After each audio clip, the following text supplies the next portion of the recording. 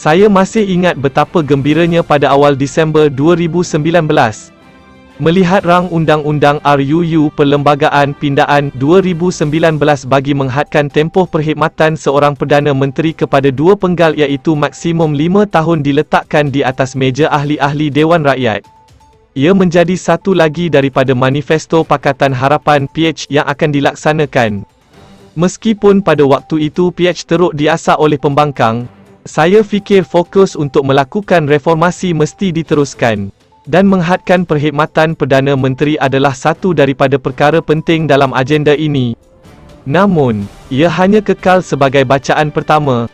Menteri Undang-Undang ketika itu, Mendiang V. K. Liu, dalam kenyataan kepada media, ada menyebut bahawa perkara 43(2) Perlembagaan Persekutuan antara lain akan dipindah kepada Yang di-Pertuan Agong hendaklah terlebih dahulu melantik sebagai Perdana Menteri untuk mempengerusikan jemaah menteri seorang ahli Dewan Rakyat yang pada hematnya mungkin mendapat kepercayaan majoriti ahli Dewan Rakyat itu dan yang tidak pernah pada bila-bila masa memegang jawatan Perdana Menteri bagi tempoh 2 penggal Parlimen. Tak sempat bacaan kedua. Bacaan kedua sepatutnya dibuat pada Mac 2020. Namun, PH telah dijatuhkan melalui pengkhianatan Bersatu dan kumpulan ahli Parlimen Pro-Azmin dalam PKR sebelum itu.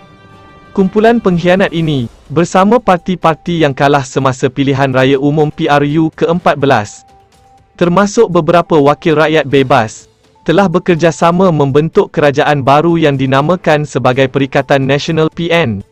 Dewan yang tidak boleh ditangguhkan lebih 6 bulan hanya dibuka pada Mei 2020 dengan titah DYMM Seri Paduka Baginda Yang di-Pertuan Agong tanpa perbahasan. Apabila sidang dipanggil bagi meluluskan RUU langkah pencegahan sementara berkaitan kewangan dan perundangan pada bulan dan Ogos, RUU bagi menghadkan tempoh perkhidmatan Perdana Menteri ini telah ditarik balik.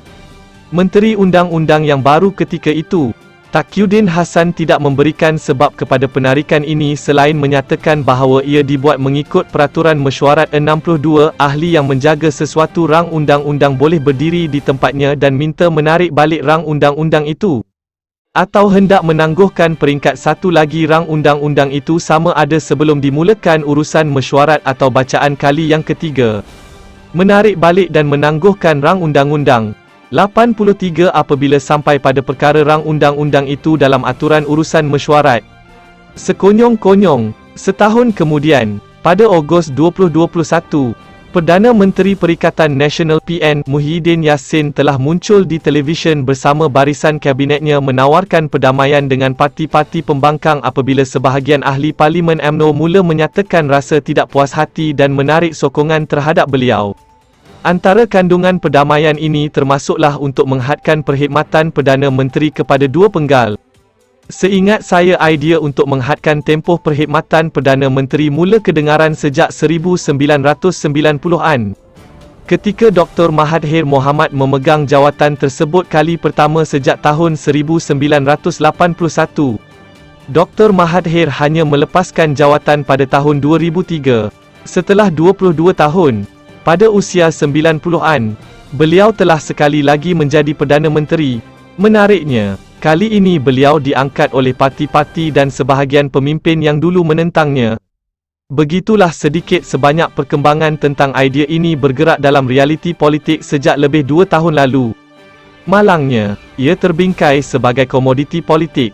Bukan keinginan sebenar genuine interest sesetengah pihak untuk memajukan sistem dan cara berpolitik di Malaysia.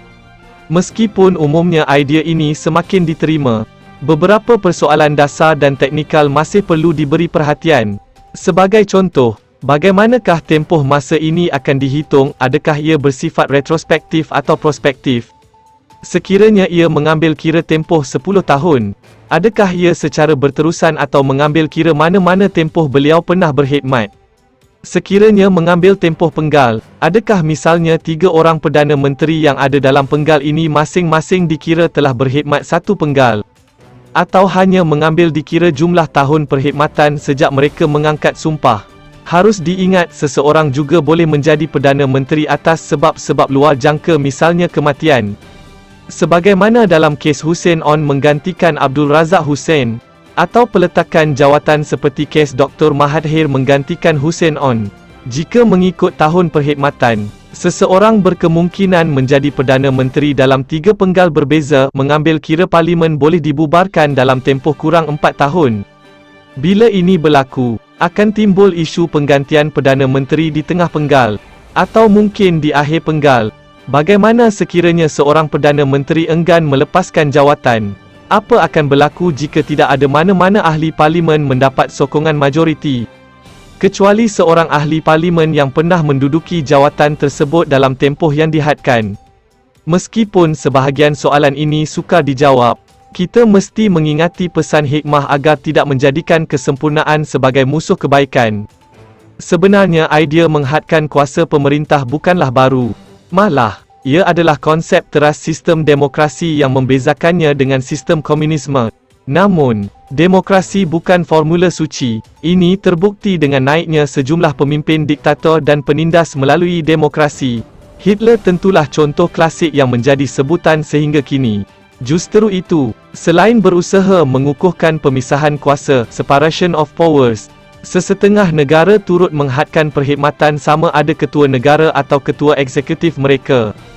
Tujuannya jelas untuk mengelak kuasa berlebihan yang berpotensi disalahguna. Di Malaysia, jawatan ketua negara memang telah dihadkan.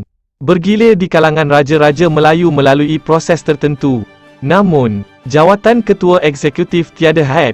Justru itu, idea menghadkan tempoh perkhidmatan Perdana Menteri tidak harus menjadi pelik atau dicurigai.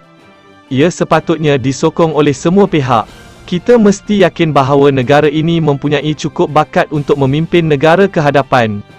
Kita mesti memberi peluang kepada ramai pemimpin lain yang sudah tentu berkeupayaan menawarkan khidmat baik kepada semua. Nur Amin Ahmad ialah ahli Parlimen Kangar daripada PKR dan merupakan ahli jawatan kuasa pilihan khas infrastruktur awam di Dewan Rakyat dan pengerusi kaukus ahli Parlimen Muda Dewan Rakyat. Terima kasih kerana menonton, subscribe dan jumpa di isu seterusnya.